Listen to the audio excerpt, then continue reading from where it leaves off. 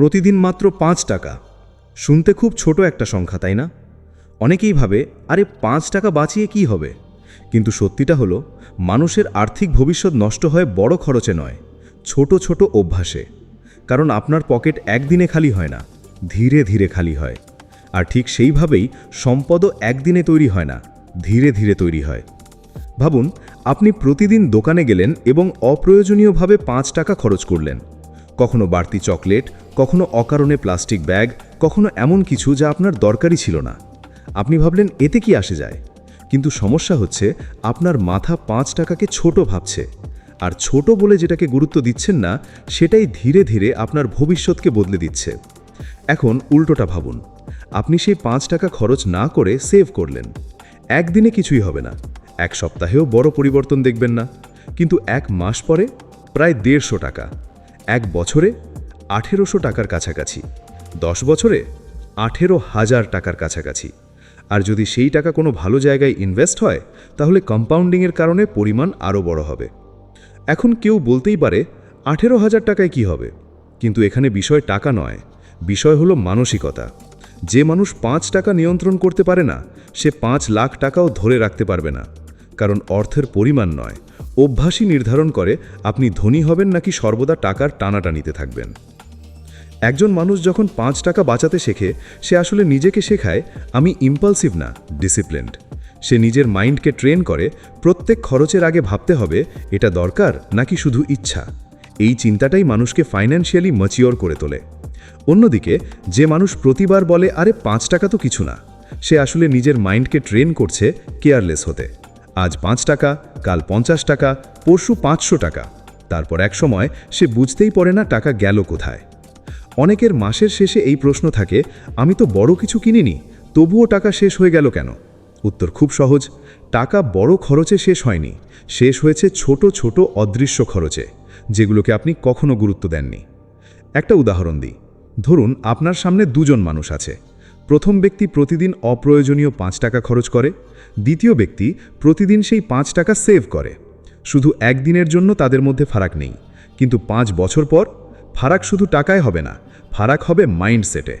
প্রথম ব্যক্তি শিখেছে ইনস্ট্যান্ট গ্র্যাটিফিকেশন, মানে যা ভালো লাগে সঙ্গে সঙ্গে খরচ করে ফেলে। দ্বিতীয় ব্যক্তি শিখেছে ডিলেড গ্র্যাটিফিকেশন, মানে এখন না কিনে ভবিষ্যতের জন্য রাখা। এটাই ওয়েলথ ক্রিয়েশনের মূল স্কিল। ধনী মানুষ আর গরিব মানুষের মাঝে সবচেয়ে বড় পার্থক্য ইনকামে নয়, পার্থক্য হয় মানি বিহেভিয়ারে। অনেক হাই ইনকাম মানুষও ব্রোক থাকে, কারণ তারা ছোট খরচ কন্ট্রোল করতে পারে না। আবার অনেক মিডিয়াম ইনকামও ওয়েলথ বিল্ড করে, কারণ তারা ডিসিপ্লিন জানে। 5 টাকা সেভিং মানে শুধু টাকা জমা নয়, এটা নিজের ওপর কন্ট্রোল বিল্ড করা। এটা নিজেকে প্রুভ করা যে আমি চাইলে টেম্পটেশন রেজিস্ট করতে পারি। এটা সেলফ রেসপেক্ট বিল্ড করা, কারণ ডিসিপ্লিন মানুষ জানে তার প্রতিটি ডিসিশন তার ভবিষ্যৎ তৈরি করছে। ভাবুন, আপনি প্রতিদিন 5 টাকা সেভ করছেন।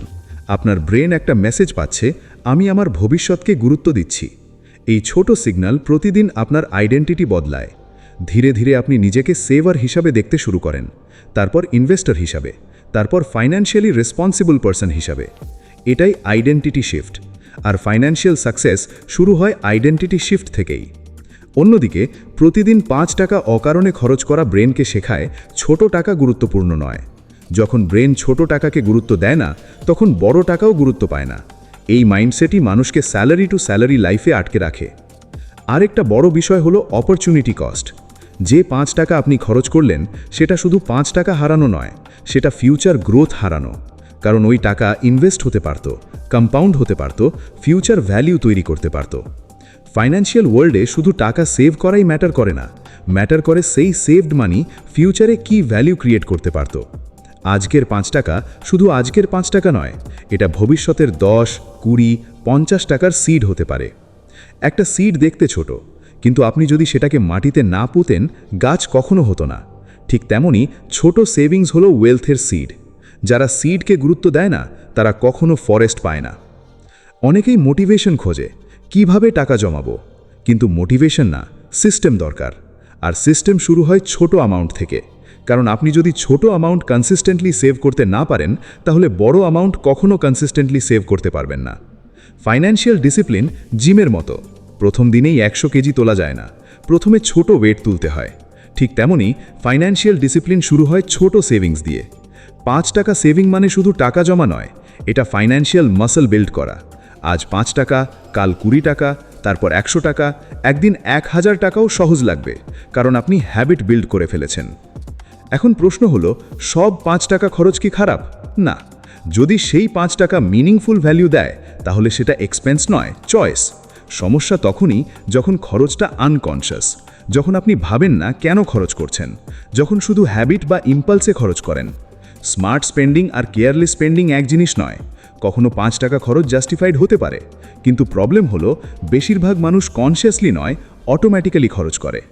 ওয়েলদি মাইন্ডসেটের মানুষ খরচের আগে নিজেকে জিজ্ঞেস করে, এটা কি আমার জীবনে ভ্যালু যোগ করছে? যদি উত্তর না হয়, সে খরচ থামায়। এভাবেই ওয়েলথ প্রোটেক্ট হয়। আপনার ফিউচার ব্যাংক ব্যালেন্স নির্ধারণ করবে না শুধু আপনি কত আর্ন করেন, নির্ধারণ করবে আপনি কতটা রিটেন করেন। কারণ ওয়েলথ ইকুয়ালস ইনকাম নয়, wealth equals what you keep. অনেকে 50,000 টাকা আর্ন করেও মাস শেষে 0, আবার কেউ 20,000 আর্ন করেও সেভ করে। Difference discipline. আপনি যদি 5 টাকা রেসপেক্ট না করেন, টাকাও আপনাকে রেসপেক্ট করবে না, কারণ মানি ফেভার্স ডিসিপ্লিনড পিপল। আজ আপনি যদি প্রতিটি ছোট খরচকে গুরুত্ব দেন, একসময় আপনার ফাইন্যান্সিয়াল লাইফ ট্রান্সফর্ম হবে, কারণ বড় পরিবর্তন সবসময় ছোট ডিসিশনের অ্যাকিউমুলেশন। ভাবুন, একটা এরোপ্লেন যদি রুট থেকে মাত্র 1 ডিগ্রি সরে যায়, শুরুতে ডিফারেন্স বোঝা যায় না, কিন্তু 1000 কিলোমিটার পরে সেটা কমপ্লিটলি ডিফারেন্ট ডেস্টিনেশনে পৌঁছায়। আপনার ডেইলি 5 টাকা ডিসিশনসও ঠিক তেমন। আজ ডিফারেন্স বোঝা যায় না, কিন্তু বছর পরে আপনার ডেস্টিনেশন বদলে দেয়। একটা জীবন যেখানে আপনি সবসময় টাকার চিন্তায় থাকবেন, নাকি একটা জীবন যেখানে আপনার এমার্জেন্সি ফান্ড থাকবে, ইনভেস্টমেন্ট থাকবে, ফাইন্যান্সিয়াল পিস থাকবে? এই দুটির মাঝে গ্যাপ তৈরি হয় ডেইলি হ্যাবিটস থেকে। 5 টাকা সেভিং বনাম 5 টাকা খরচ। ফারাকটা শুধু ওয়ালেটে নয়, ফারাকটা মাইন্ডসেটে, ফারাকটা ডিসিপ্লিনে, ফারাকটা ভবিষ্যতে, ফারাকটা আইডেন্টিটিতে।